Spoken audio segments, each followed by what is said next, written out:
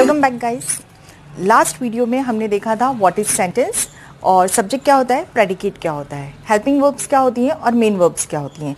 आज हम देखने वाले हैं affirmative sentence, negative sentence, interrogative sentence और इनके कन्वर्जन्स। ओके, लास्ट वीडियो में वी हैड सीन कि जो असर्टिव सेंटेंस होता है, असर्टिव या डिक्लेरेटिव सेंटेंस जिसे हम बोलते हैं, तो डिक्लेरेटिव सेंटेंस में दो चीज़ें होती हैं। First, the happening of the event, that is affirmation.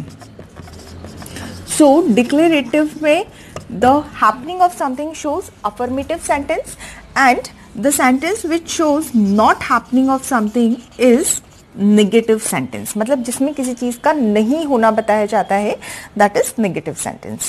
Okay, and third important part we had seen, that is interrogative sentence जो questions पूछता है. Interrogative sentence which ask questions. Okay, now first of all let's see an example of sentence. Last video also I had shown she is dancing gracefully. She is dancing gracefully. Okay, so it is showing something happening in a good manner, in a positive manner. So this is affirmative sentence. Okay, now if she is not dancing gracefully, she is not dancing gracefully. Okay, and is she dancing gracefully? Is she dancing gracefully? So, can you realize the difference? Helping subject, helping verb, verb and object. And what we did? Helping verb के बाद I added this word not, and this made the sentence negative. She is dancing, she is not dancing. And simply I picked up the helping verb from here and I placed it before subject. जब helping verb को उठा के मैंने subject के सामने रखा, it became interrogative sentence which says, is she dancing gracefully? Okay, so this is affirmative, which showing the positivity of the action. This is negative, showing the negation, and this is interrogative, asking question. Now the condition comes with simple past and simple present, जिसमें helping verbs नहीं होते हैं.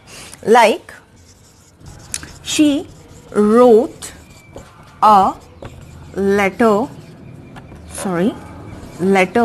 to government. She wrote a letter to government, and she writes story. She writes stories. They both are affirmative sentence, no helping verb and no helping verb. Like in previous, what we did, हमारे पास helping verb था, हमने उठा के उसके बाद not लगा दिया, हमने उसे उठा के सब्जेक्ट के पहले लगा दिया, बन गया नेगेटिव और इंट्रोगेटिव. बट इन दोनों सेंटेंस में कोई हेल्पिंग वर्ब नहीं है, क्योंकि रोट जो है ये राइट का सेकेंड फॉर्म है. It is main verb, main action. And rights जो है ये भी इसी राइट से आया है, बस इसमें एस लगा हुआ है. It is first form. Okay, now how do we change this type of sentence into negative, जिसमें कोई हेल्पिंग वर्ब नहीं है, उसे हमें नेगेटिव में जब चेंज करना होता है तो हम यूज करते हैं डू, डज एंड डिड का. किसका यूज करते हैं हम? Do, does and did. Okay, like this sentence, she wrote a letter to government. Fine, कौन सा फॉर्म है? Second form. So what we need to do, जो डू है, डू का सेकेंड फॉर्म क्या है? डिड. अब हम क्या करेंगे? She did not write a letter to government. As simple. अगर हेल्पिंग वर्ब नहीं है तो what you need to do, अगर सेकेंड फॉर्म में क्वेश्चन है, सेकेंड फॉर्म में कोई सेंटेंस है, तो उसे नेगेटिव चेंज करने के लिए आप क्या करेंगे, आप उठाएंगे डू का second form that is did, did के साथ में आपने लगाया not and first form the sentence complete. Interrogative, interrogative के लिए भी आप यही करेंगे, did she write a letter to government. Fine.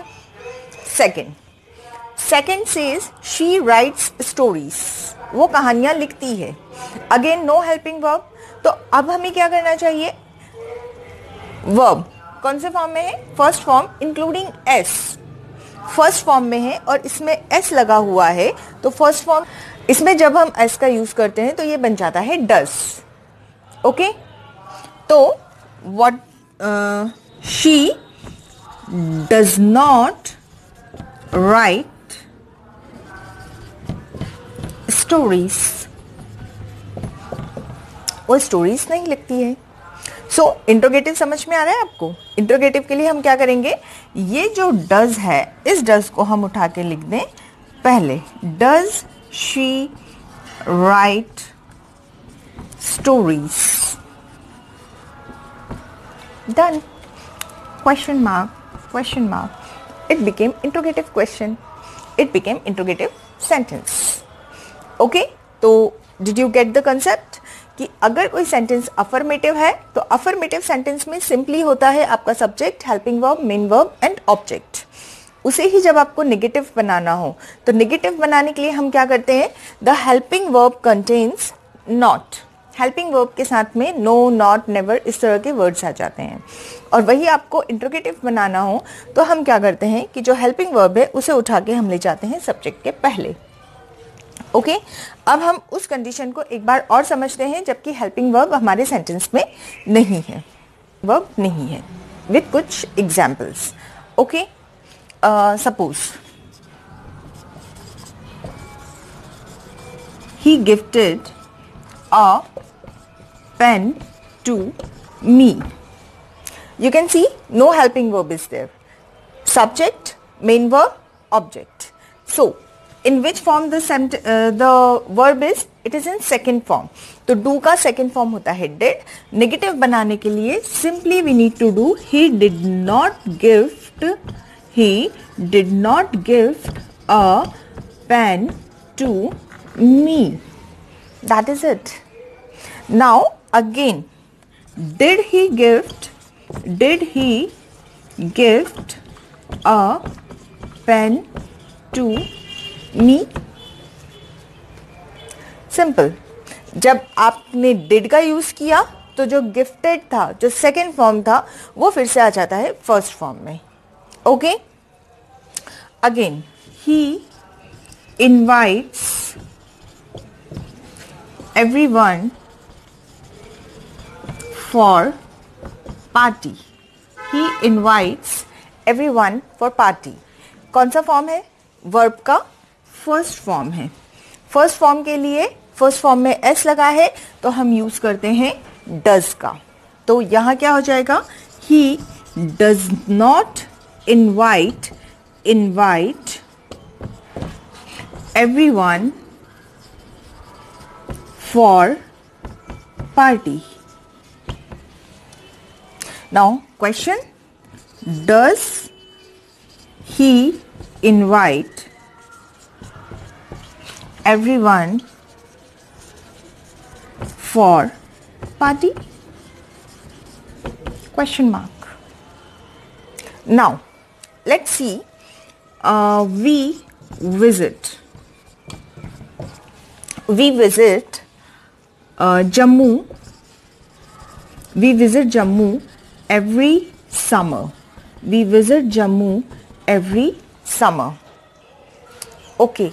Now the difference is, कि यहाँ पर वर्ब का फर्स्ट फॉर्म यूज हुआ है और उसमें एस और ई एस नहीं है, तो यहाँ पर हम किसका यूज करेंगे, यहाँ हम यूज करेंगे डू का। तो अब इसे निगेटिव बनाने के लिए what do I need to do is we do not visit Jammu